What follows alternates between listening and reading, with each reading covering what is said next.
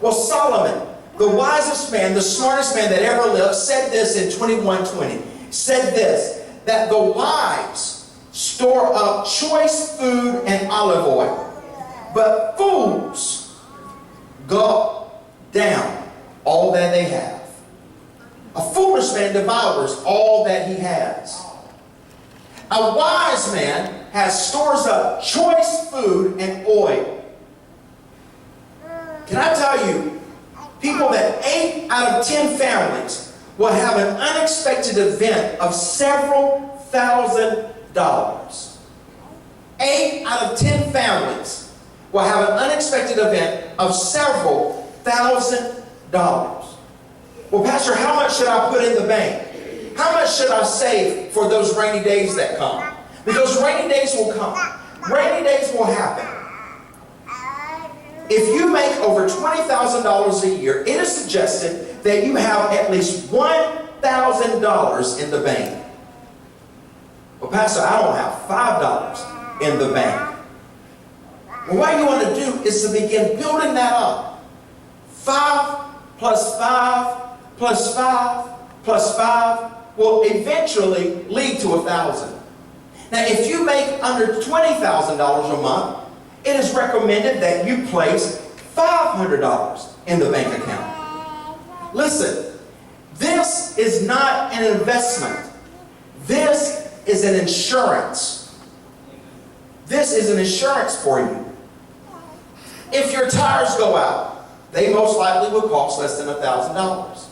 If your washing machine needs to be repaired, it probably will cost less than $1,000.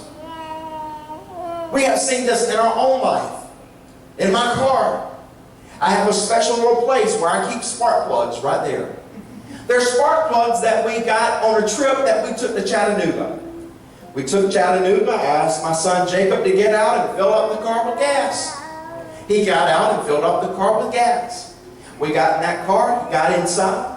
He mentioned something about it not really fitting in, but I just told him to wiggle it in so it would go in and pump it up.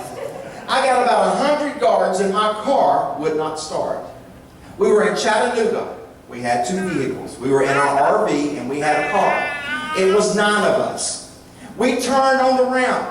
No car running, but we went right down the ramp with no power needed, no engine. We ended up on the side of the road.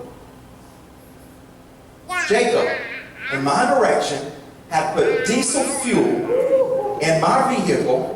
That was our way to get all 9 of us from point A to point B.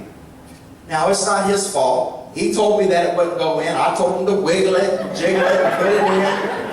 And he wiggled it, and jiggled it, and put it in. $1,264.63 later. He's turning 18 in November. Keeps on asking what is he going to get for his birthday.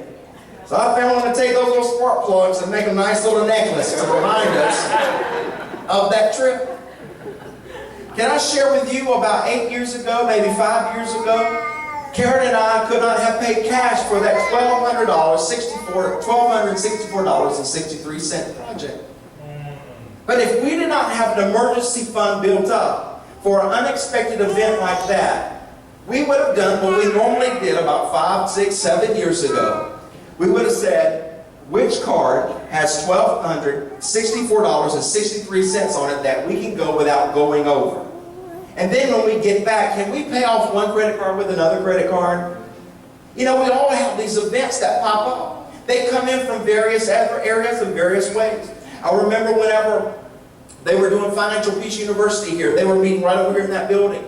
And the person that was directing that at the time reached out to me that day, and I said, tell everybody at Financial Peace University that I had just, if it was not been for an emergency fund, I would not have been able to pay cash on something that happened at our house. Josh was young. He was about 3 or 4 years old at this time, maybe 5 or 6. And every night, we noticed that the bats would come and fly all around our house. They were nice. You know, the sun going down, and the bats were out there. I didn't realize that the bats were housed up in my house. And they wasn't even paying rent. And so with that, I had to call an exterminator. I had to get them to come out and get them out and get them out of our house and seal everything up around the house. That one thing cost me $1,300 at that time. But I paid cash and was unable to go into debt because we had an emergency fund built up. Again, this is not, it's not an investment, it is insurance. Yeah.